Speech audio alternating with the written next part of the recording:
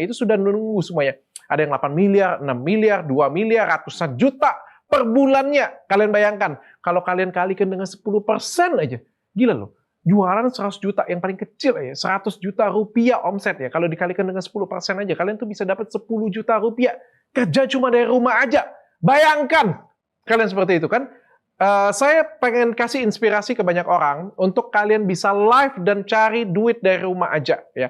Dan saya sudah kasih contohnya. Makanya kemarin saya buka MCN, di mana MCN itu kayak jadi agent untuk kalian semua, untuk ngajarin kalian semua untuk live streaming. Soalnya kan banyak di rumah itu, Dok, aku nggak tahu gimana caranya. Mulainya dari mana nih, Dok? Aku punya followers, aku sudah live tapi nggak ada yang nonton, atau ada yang nonton tapi nggak ada yang mau check out. Produk yang aku mau jual apa? Aku mau bingung mulai dari mana. Makanya aku buat MCN ini. MCN ini akan membantu kalian supaya kalian bisa jualan dari rumah aja. Itu fokus dan concernnya. Tapi ternyata setelah aku mempromosikan MCN ini, banyak banget yang lapor kena tipu. Dok, aku sudah daftar di MCN ini, tapi kena tipu, Dok. Aku sudah daftar di MCN ini, tapi aku nggak bisa keluar, bahkan aku nggak dapat benefit sama sekali. Maka itu, hari ini hadir di depan saya langsung orang yang sudah kena tipu. Ada Leo Giovanni. Miris banget ya, Dok. Ya. Ini dia yang buat buku trik konten dari 0 sampai dengan FYP. Benar. Ya, dan aku juga salah satu yang belajar dari dia dari dulu ya. Jadi kayak dulu tuh aku bingung juga di TikTok harus joget ya aku pikirin. Tapi setelah aku baca bukunya dan aku praktekkan ternyata nggak harus joget ya sebenarnya, bisa joget. FYP. Buktinya aku bisa FYP dan Tanpa aku bisa joget, dan aku bisa jualan banyak. Tapi aku pengen fokus dulu di concern yang banyak penipuannya. Penipuan seperti apa sih? Jadi kalau misalnya ngomongin soal penipuan itu ya, Dok ya, lebih ke istilahnya si KOL ini terjebak gitu, Dok.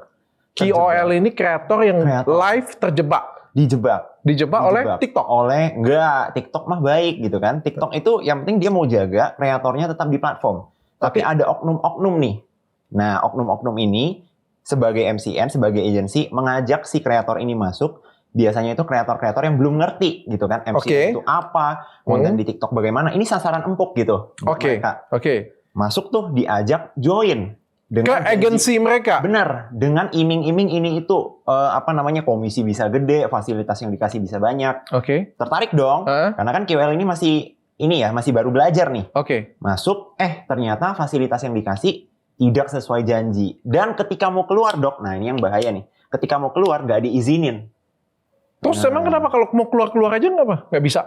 Nggak bisa, karena peraturannya itu adalah ketika akun kita sudah di-binding, jadi ada sistem bindingnya gitu ya. Kalau akun kita sudah di-binding dengan satu MCN, nggak bisa di-binding dengan MCN lain. Oh, jadi kayak MCN punyaku ini adalah MCN resmi nih dari TikTok nih. Berarti kita binding langsung dengan akun, tapi nggak bisa diputusin sepihak.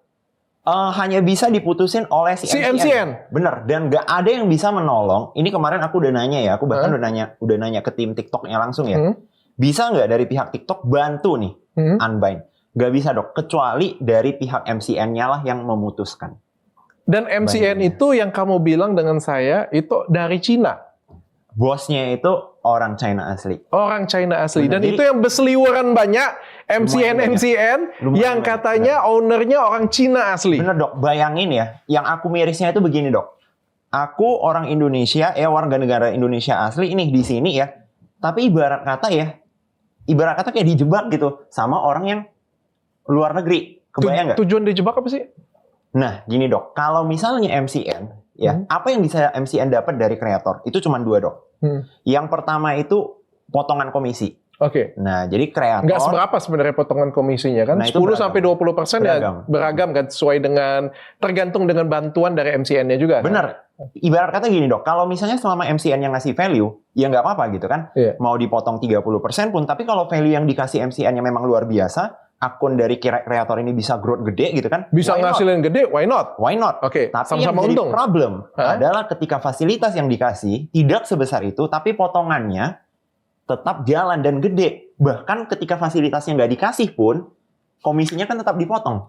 Jadi kamu masuk ke MCN yang Cina itu, kamu kerja, kamu jualan, dia diem aja, nggak ada feedback sama sekali, ngubungin kamu enggak, ngajarin enggak, kasih data enggak, kasih value apapun enggak, jadi dia sedot aja pokoknya komisinya, kamu nggak ngapa-ngapain, dan minta diputus nggak boleh. Nah, untuk kasus aku kemarin nih, Dok, kebetulannya itu adalah untungnya nih, komisi aku kasusnya nggak dipotong. Tapi aku dengar banyak kasus dari teman-teman aku, followers aku, itu dipotong dok, jalan terus pemotongannya. Tapi nggak dikasih feedback apa-apa. Nggak dikasih feedback apa-apa, fasilitas nggak dikasih. Pada saat mau keluar nih dok. Jadi semuanya banyak kerja alasan. Rodi gitu.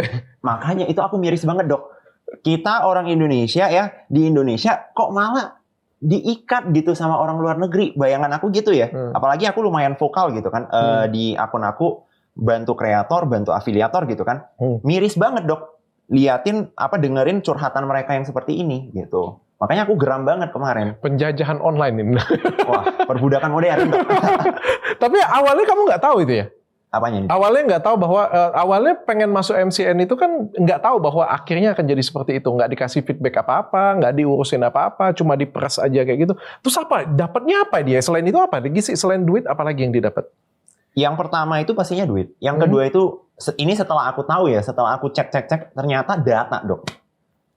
Nah, ketika akun kreator sudah terbinding dengan akun MCN, wah itu data kita semuanya bisa dilihat dok. Dari volume penjualannya berapa, salesnya berapa, produk apa yang paling laris, live-nya berapa lama, itu nampak semua dok. Interest orang juga kelihatan juga. Nampak banget. Umurnya. Nampak banget. Jenis kelamin. Intinya begini dok, sampai data-data yang aku kira nggak available, ada. Dan mereka bisa lihat. Tuh. Oh, itu yang maksudnya ini ditakutkan oleh Menteri Perdagangan. Tuh, kenapa tuh dok? Yang Project S itu. Bisa.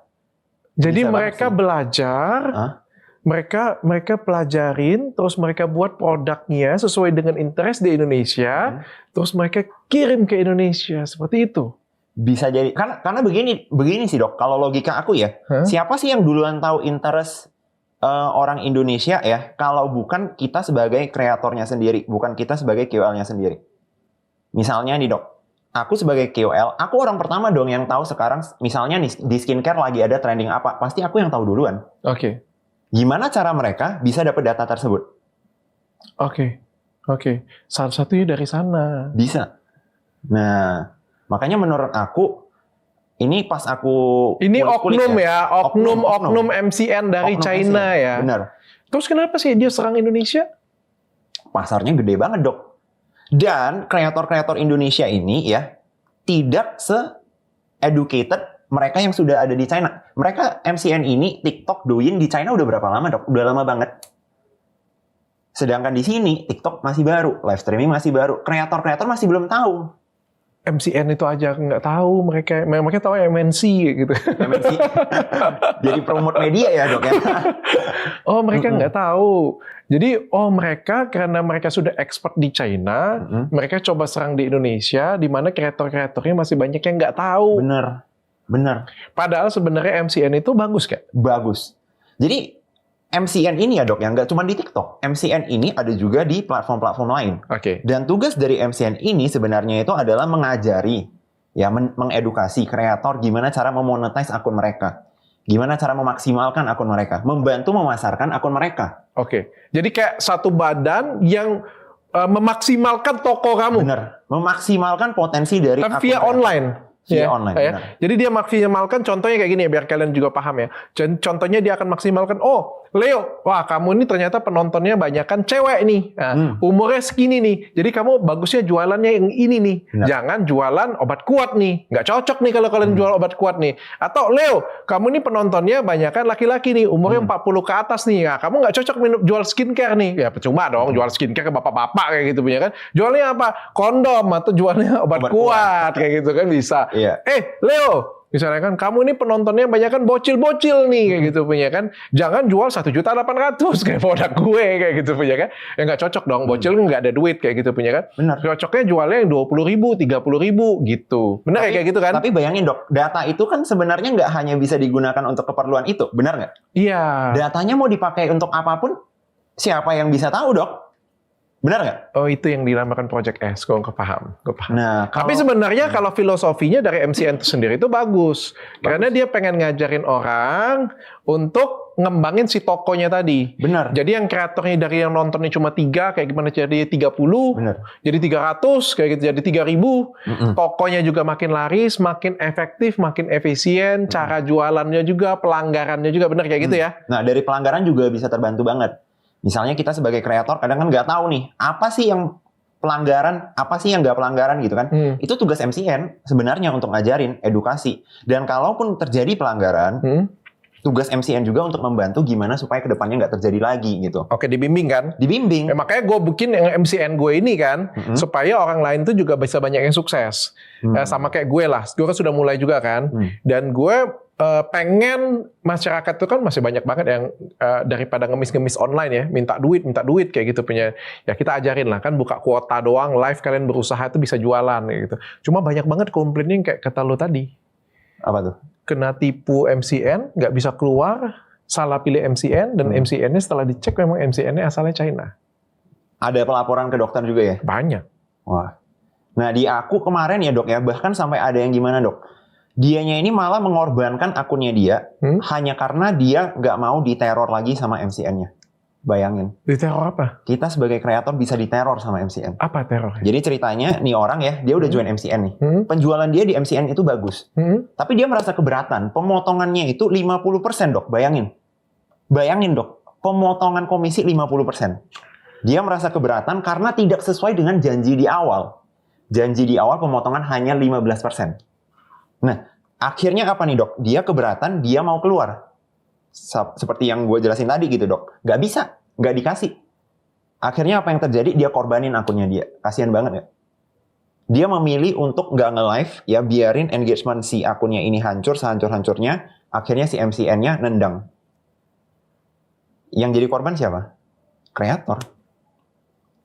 MCN-nya selama proses ini ya, menunda-nunda unbind-nya itu ya, tetap jalan komisinya. Dari keranjang kuning yang Jalan. bisa check out. Jalan 50%. Jadi kayak gimana caranya kalau misalnya kita mau jadi, oke, sekarang gue sudah paham, kita sudah lihat modusnya nih. Sekarang kita sebagai kreator dulu nih, yang belum ada MCN, gabung dengan saya.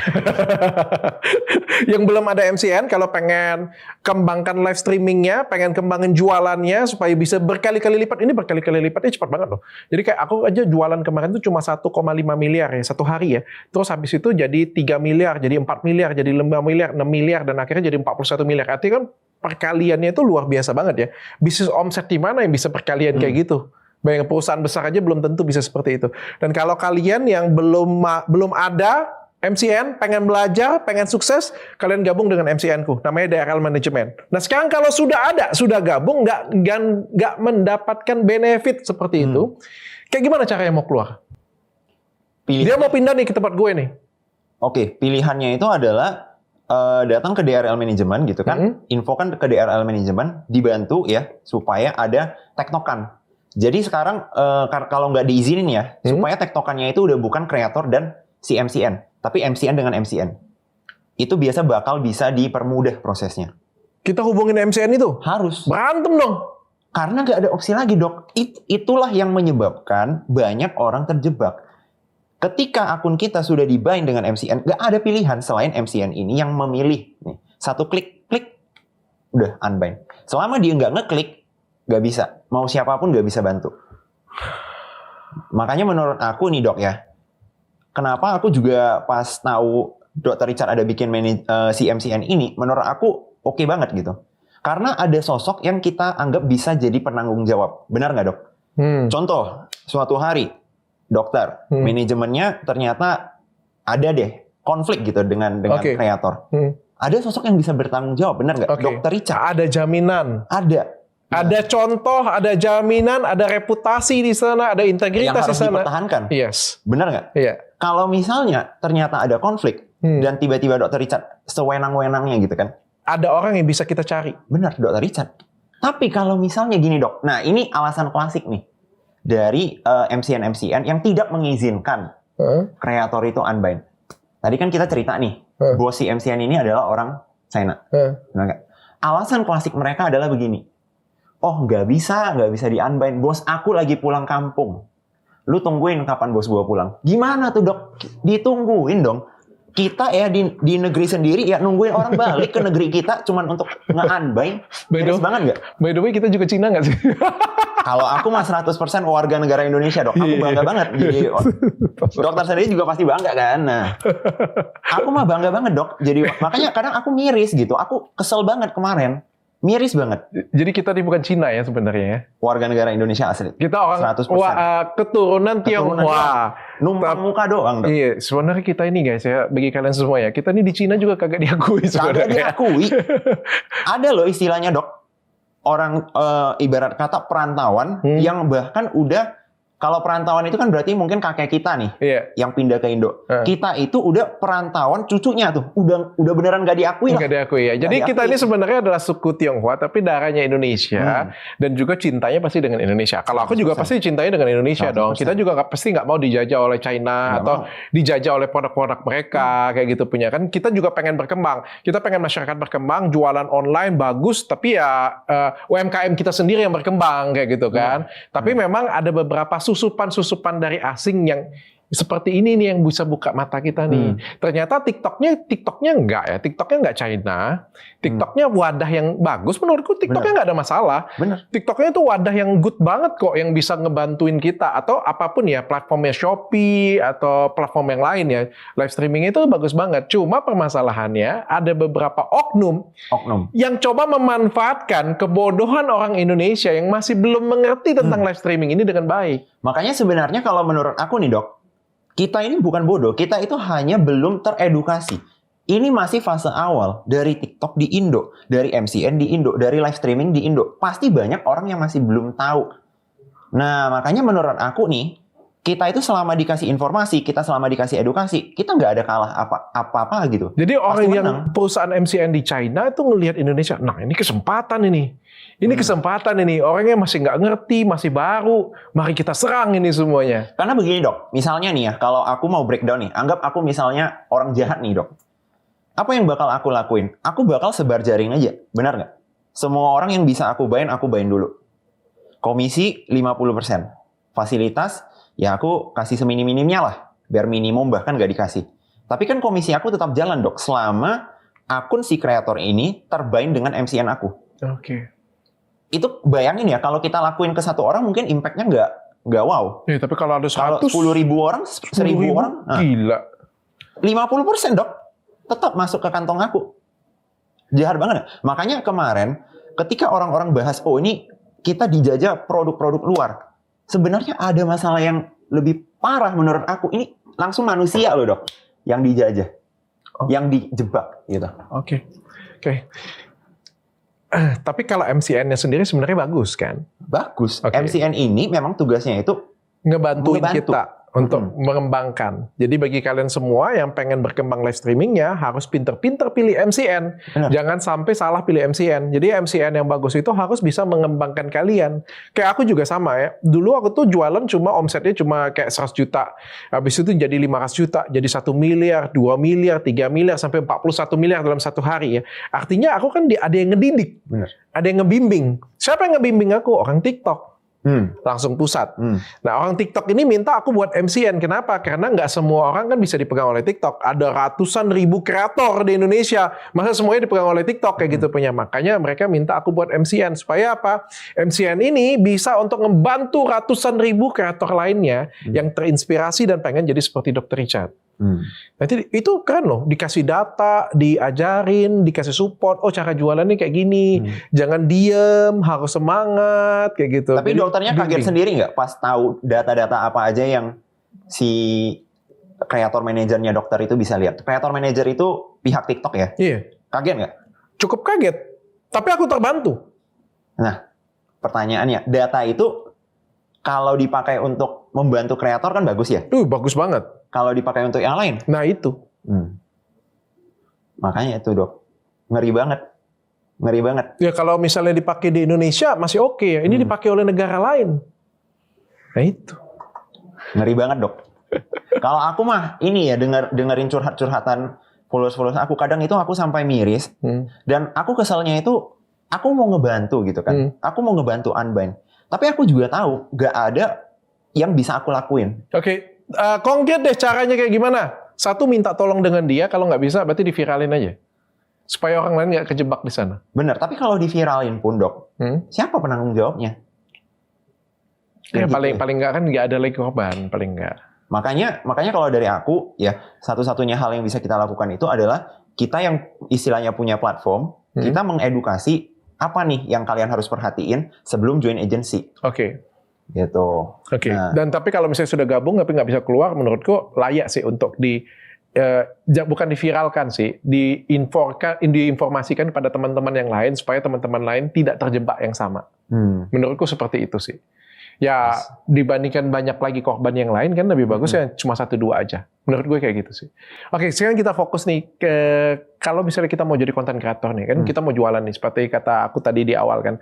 Aku pengen jualan omset. Kalau aku mau bilang kalau ibu rumah tangga tuh nggak tinggi-tinggi sih sebenarnya. Omset 100 juta aja sebulan. Itu kalau dapat 10% kalian sudah dapat 10 juta loh. Gaji suami kalian aja belum tentu bisa lewat dari 10 juta kayak gitu punya. Beruntung-beruntung kalau misalnya itu berkembang dan jadi 300 juta, 500 juta, 1 miliar. Itu kalau 10%. Bayangin kalau misalnya 30%. 300 juta. Kantor mana mau gaji kalian segitu? Dan salah satu sebenarnya ini ya dok, salah satu kelebihan dari join MCN sebenarnya ya, dari MCN itu bisa membantu ningkatin nih persentase komisi kalian.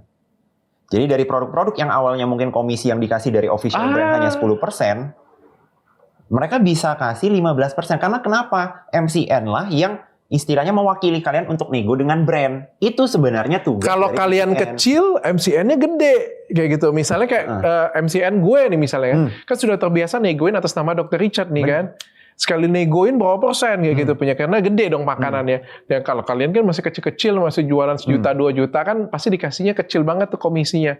Dia bisa memaksimalkan karena dia pinjem nama kreator-kreator besar yang lain gitu. Nah, kalau misalnya gini dok, komisi aku misalnya naik nih. Setelah aku join MCN, produk yang misalnya sebelumnya komisi cuma 10%, aku bisa dapat 15%. Worth it nggak kalau misalnya ada pemotongan aku kasih ke MCN? Worth it. Kenapa? Aku dapat value. Komisi yang aku dapat ya, itu jauh lebih gede jadinya.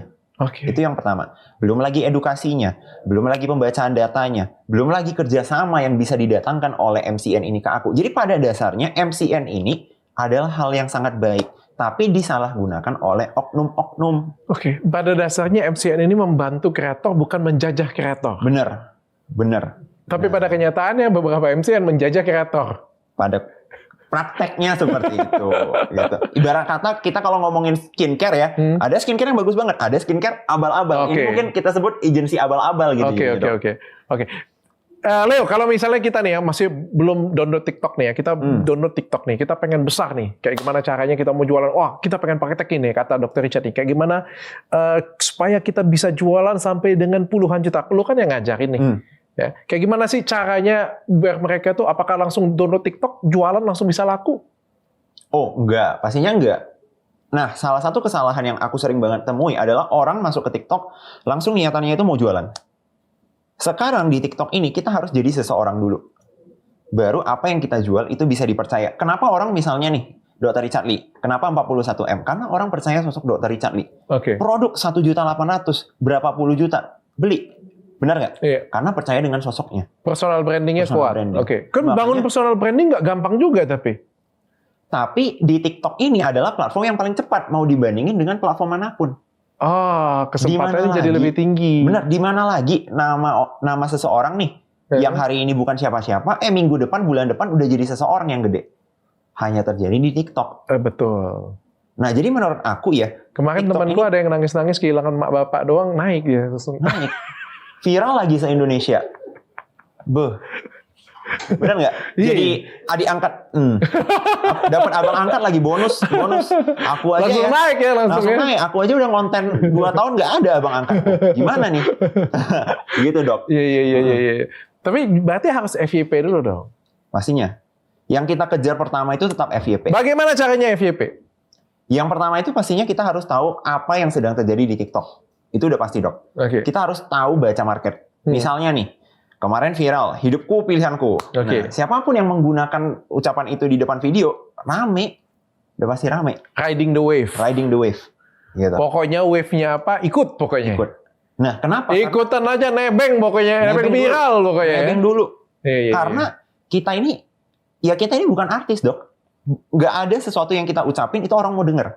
Makanya di awal-awal riding the wave dulu. Oke. Sampai personal branding kita kebentuk, kita udah mendiscover nih, oh ini audiens aku. Oke. Nah, baru kita tahu nih, aku harus konten apa. Misalnya, di akun aku nih, penontonnya afiliator, penontonnya konten kreator, brand owner. Oke. Tiba-tiba besok aku jualan makanan misalnya, di akun, nggak bakal viral, laku. nggak bakal rame.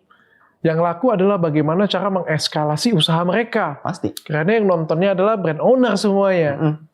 Bagaimana cara FYP? Tren terbaru apa yang ada di TikTok? Nah, itu yang aku umumin di akun aku, yang aku posting di akun aku, dan ya viral, laku, FYP. Kalau kayak gue ya, misalnya jualan cireng, kagak laku. Nggak bakal laku. Karena Dr. Richard itu jualan skincare lakunya. Jualan skincare. Tapi kalau Dr. Richard mah, kalau aku sih yakin ya jualan apapun bisa ya. Gue mau jualan Rolls Royce sebenarnya dua mobil aja kayak gue pencet target. Diskon 50% juga, Dok. Dibunuh orang Inggris gue. Apa payungnya dulu ya, Dok ya? Payungnya dulu ya. 80 juta ya. Payungnya kasih logo Rolls Royce kayak gitu punya. Tarik dong Tanah Abang ada nggak bisa?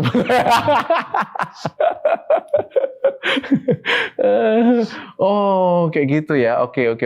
Jadi mau harus FYP riding the wave. Cara lain dari ini ya kita harus tahu data. Itu udah yang paling penting sih, Dok. Tahu data. Ini paling mudah pokoknya riding the wave aja ya. Riding the wave. Yang kedua itu kita harus tahu data. Tahu data itu kayak gimana? Data kita sendiri. Jadi sebenarnya TikTok ini, Dok, di dalam aplikasinya itu sudah menyediakan data yang sangat lengkap buat kita.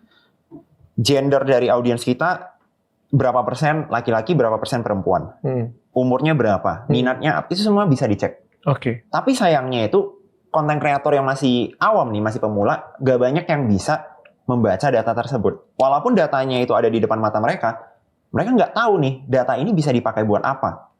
Makanya di sana sebenarnya ini peran dari MCN, kreator manager itu ada di sana untuk ngebacain datanya si kreator dan jelasin, oh kamu jangan jualan produk ini.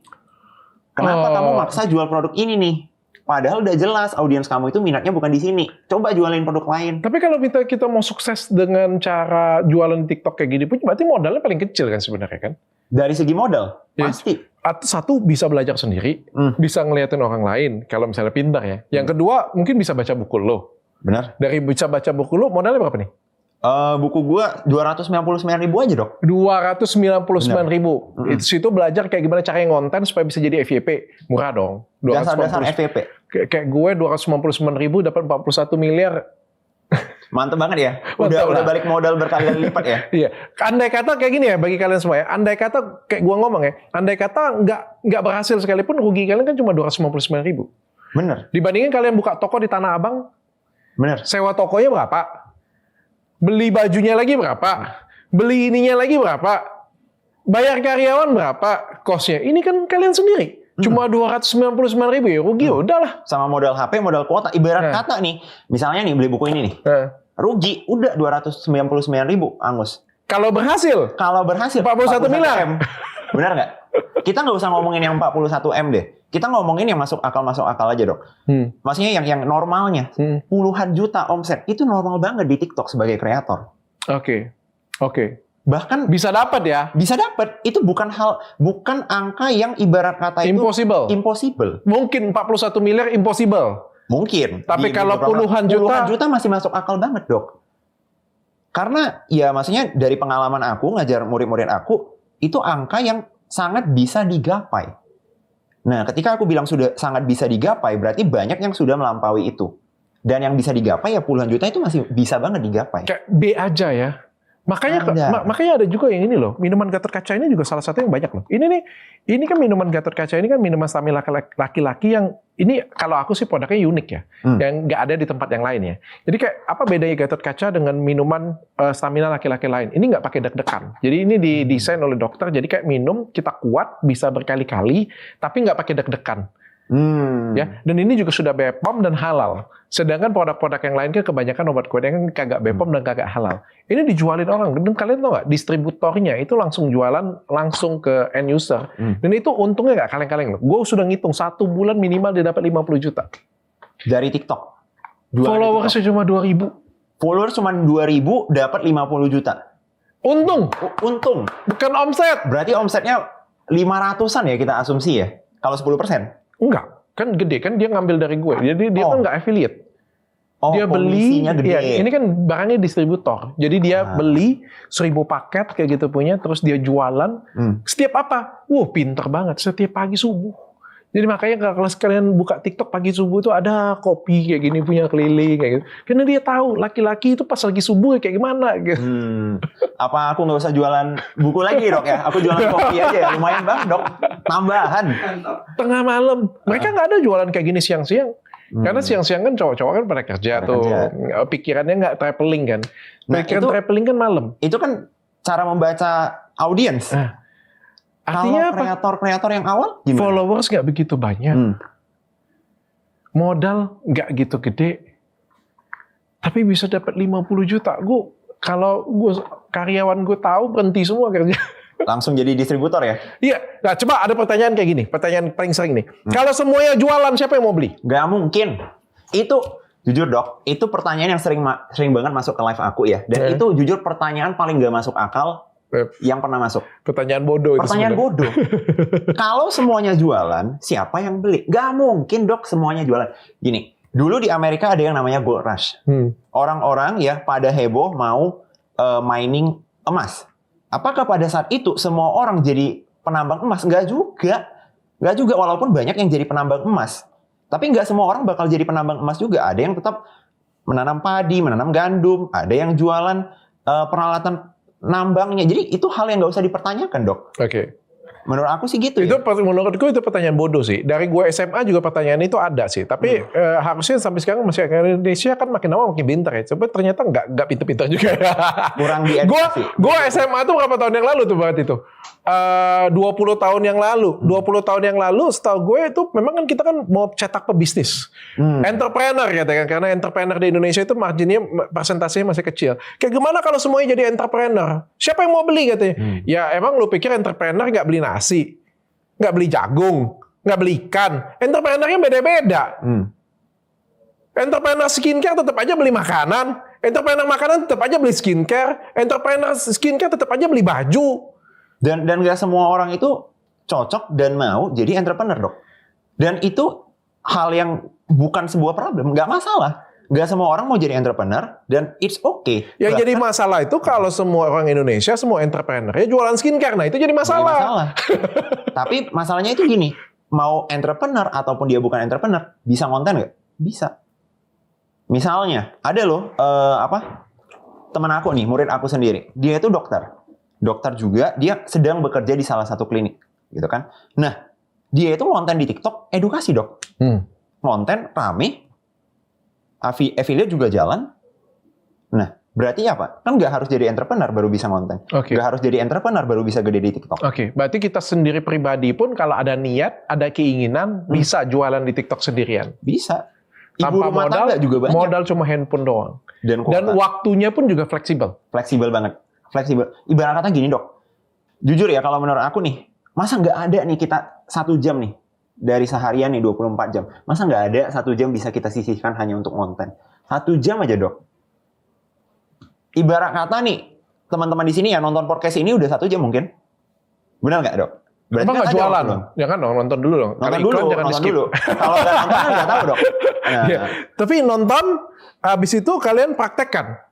Tapi buktinya aku bener loh. Aku 2 jam aku Januari, tanggal 8 Januari itu pertama kali mulai TikTok. 1 jam lebih aku jualan 35 juta. Dan kamu tahu nggak itu? Senengnya bukan main. It's not about 35 juta. Itu bukan soal 35 juta, tapi senangnya bukan main.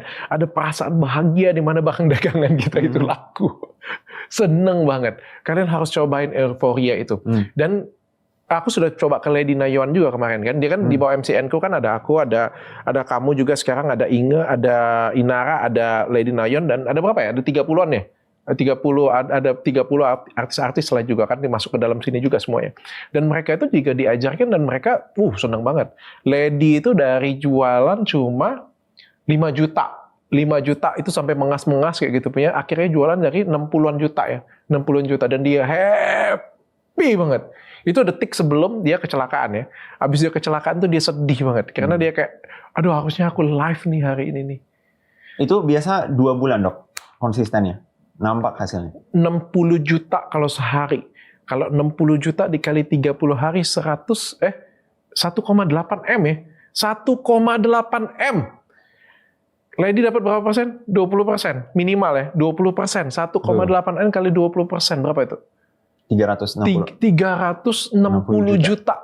Mobil baru tiap bulan. Syuting di mana itu? Bener. Sorry ya, let gue hitungin ya. Meskipun duitnya belum ada dari lu ya. Tapi gue supaya bisa menginspirasi orang ya. Tapi kan 360 juta itu gaji direktur loh. Bener. Kalah gaji direktur. Masih kalah. Beberapa direktur masih kalah. Banyak yang masih kalah. Perusahaan aja untuk dapat 360 juta itu harus ada karyawan. Harus ada ini, harus ada itu. Ini sendirian. Paling kalau misalnya repot gaji admin ya 350 juta, masa gaji admin aja nggak mampu kan dia gitu punya kan untuk bantuin. Lebih hemat lagi kayak Mami Louis tuh, kita hitung Mami Louis ya. Omsetnya 30 miliar katanya kan, 30 miliar. Dia dapat 30%, 9 miliar per bulan. Mantap banget. 9 miliar loh.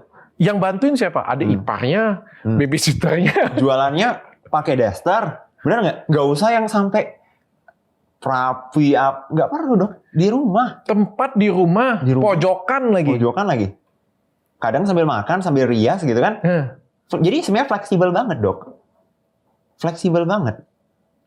Ini pekerjaan impian ya. Sebenarnya. Dan aku tuh ngerasa tuh kayak gimana ya. Ini pekerjaan impian dan ini mind blowing banget. Dimana mind blowing itu maksudnya kayak gini ya. Kayak Mami Louis ya. Ketika barangnya laku terjual ya. Apakah dia yang packing? Kagak. Tokonya yang packing. Kalau kena komplain, tokonya juga. Benar nggak? Kalau misalnya orderan di dia membludak, yang bingung siapa? Tokonya. Penjualannya sepi, yang bingung siapa? Tokonya juga. Benar nggak? Nah mungkin si maminya bingung sedikit. Yang stocking siapa? Tokonya juga. Ini kan suatu pekerjaan impian lah. Impian banget. Cuman itu nggak banyak orang sadar. Dan yang aku mau jaga nih dok, jangan sampai ketika orang mau berusaha ke titik itu, udah di sliding duluan. Jangan. Lama-lama orang trauma nih, bayangannya buruk. Aduh, aku jadi konten kreator kok gini gitu. Jadi intinya pilihlah MCN yang benar. DRL Management. Jadi, tapi kan ini kan impian banget ya. Jadi kita tuh, mumpung ini masih belum banyak yang sadar loh sebenarnya. Aku ngeliat tuh masih nggak banyak loh yang live kayak gitu punya. Nggak banyak yang live. Jadi kayak masih besar banget peluangnya. Kalau kita lihat di China, itu di jalanan loh orang live semua loh. Toko-toko di China semuanya, toko-toko di China itu jualan offline tuh sambil nge-live loh. Coba deh yang kalian semua yang Tanah Abang, yang Mangga 2, mungkin yang ngerasa tokonya sepi, buat deh kalian live streaming. Siapa tahu itu kan jadi breakthrough. Karena kita harus bergerak. Harus adaptasi. Harus adaptasi. Ibarat kata gini dok, pas aku kecil ada yang namanya wartel, ingat nggak? Warung telepon. Nah sekarang nggak ada lagi. Si wartel ini harus nyalahin siapa? Nggak bisa. Harus shifting. Menjual produk-produk yang lebih relevan. Sama halnya seperti pemilik-pemilik toko sekarang. Lu punya toko offline, mungkin sepi. Coba deh nge-live. Benar nggak? Space lu udah ada. Karyawan ada. Stok di belakang semua tuh. Nge-live juga sekarang paling perlu apa dok? HP, lighting yang bagus, udah selesai. Kuota nyala. Nah, kalau bingung gimana cara mulai ya hubungi DRL Manajemen. Iya. Masuk Pak Eko. Tapi aku buat itu sih sebenarnya bukan untuk cuan ya. Sebenarnya tujuannya itu untuk bantuin orang sih. Karena katanya kreator-kreator itu mau atau tidak mau harus gabung MCN. Suka atau tidak suka. Itu orang TikTok lah yang bilang kayak gitu ya. Bahwa mereka bilang tuh bahwa ke depan itu pokoknya semuanya itu mereka nggak mau urusin lagi gitu. Silakan mereka masuk ke manajemen masing-masing. Makanya aku ditanya mau ikut manajemen orang atau mau buat manajemen sendiri. Makanya aku putusin aku buat manajemen sendiri aja lah. Aku bilang kan, toh omsetku kan sudah cukup mentereng juga untuk jadi MCN sendiri gitu. Omset dokter sendiri udah cukup ya ngalahin MCN yang lain ya? Harusnya ya. Karena MCN paling tinggi itu juga di bawah 40 miliar kan? Nggak tahu dok. Satu MCN itu omsetnya satu MCN dengan ratusan kreator. Itu omsetnya itu di bawah 40 miliar. Soalnya gini dok, kemarin aku Gue baca sendiri total sehari TikTok aja 150 M dong, dok. Berarti dokter kemarin 40 M itu udah sepertiga omset total TikTok dok. Jangan ngomong lagi lah, ntar orang pajak datang. Oke, Leo, kalau mau beli bukunya, beli buku di mana nih? Nah ini sekarang udah available pastinya di TikTok ya, udah available. Apa sih kelebihan buku lu, Jo? Kalau cuma buku doang kan nggak ada lebihnya nih kan. Kalau buku doang kan ada banyak yang kitab hitam, kitab merah, kitab putih, kitab suci. Nah kalau misalnya buku aku sendiri ya, salah satu kelebihannya pastinya yang nulis itu kan aku. Konten kreator. Nggak lebih juga sih sebenarnya. Pengalaman gitu kan. Oh pengalaman, oke. Iya. Coba buku-buku yang lain, misalnya nih penulisnya siapa gitu kan. Ya kita kan juga Siapa? harus cek. Itu dia, nggak tahu kan dok. Oh nggak tahu ya? Dan nggak FYP juga ya? Itu boleh dicek sendiri. Ngasih konten cara untuk FYP, mereka sendiri juga nggak pernah FYP. Nah masalahnya gini, kita ngajarin orang FYP, benar nggak? Tapi ownernya nggak tahu siapa dan nggak pernah FYP. Kalau penonton nggak tahu aku siapa, itu udah jadi problem. Berarti aku nggak pernah masuk FYP-nya dia dong. Tips menjadi kaya, tapi ngomongnya miskin. Kan lucu gitu kan, maksudnya lucu gitu. Tapi kita kesampingkan itu dulu. Nah, Ini dia, the golden ways, 5 tips untuk menjadi kaya. Tapi masih malakin orang. waduh, off. Jadi harus bisa kasih contoh dong. Harus bisa kasih contoh. Itu yang pertama. Lu bisa kasih contoh ya, maksudnya ya. Udah ada contohnya. Sudah ada contohnya. Udah ada contohnya. Oke. Aku di TikTok punya 3 akun dok. Bukan cuma 1. 3 akun, 3 niche yang berbeda, 3-tiganya ratusan ribu followers. Nah, itu yang pertama. Yang kedua nih dok, banyak orang, ya murid-murid aku yang beli buku ini, problemnya satu, mereka itu masih newbie banget. Minta bimbingan. Aku sadar ini problem, kita harus kasih yang namanya bimbingan. Oke. Bimbingannya itu gimana? Orang-orang yang udah beli buku aku ya, itu bakal dikontekin sama admin. Admin ini tugasnya apa? Jawabin pertanyaan mereka. Oh, jadi dibimbing lagi. Bener. Ibarat kata nih, mungkin di kita itu ya, ngebahas soal apa nih? Ngebahas soal algoritma. Kita ngerti. Ada orang yang algoritma artinya apa aja nggak ngerti, dok. Oke. Gimana dia mau ngerti isi buku ini? Makanya aku sediain nih, admin. Lu punya pertanyaan apa? Lu tanyain ke admin. Yang penting lu ngerti. Pertanyaan, dok. Perlu nggak sebenarnya gue nyediain admin? Nggak perlu. Gua Yang penting bukunya admin, lepas. orang juga tetap beli buku gua. Oke. Tapi kita bimbing sampai selesai. Oke. Dan detik ini Leo gabung di MCN-ku kan? Jadi akunya sudah jadi contoh ada, wadahnya bagus, yang ngajarin Leo kan? Bener. Oke, deal. Jadi kita udah gue udah jadi official educatornya Dr. Richard Lee Management. Jadi kalau kamu gabung dengan kita akan ajarin sampai sukses. Cukup dengan tanya Dr. Richard.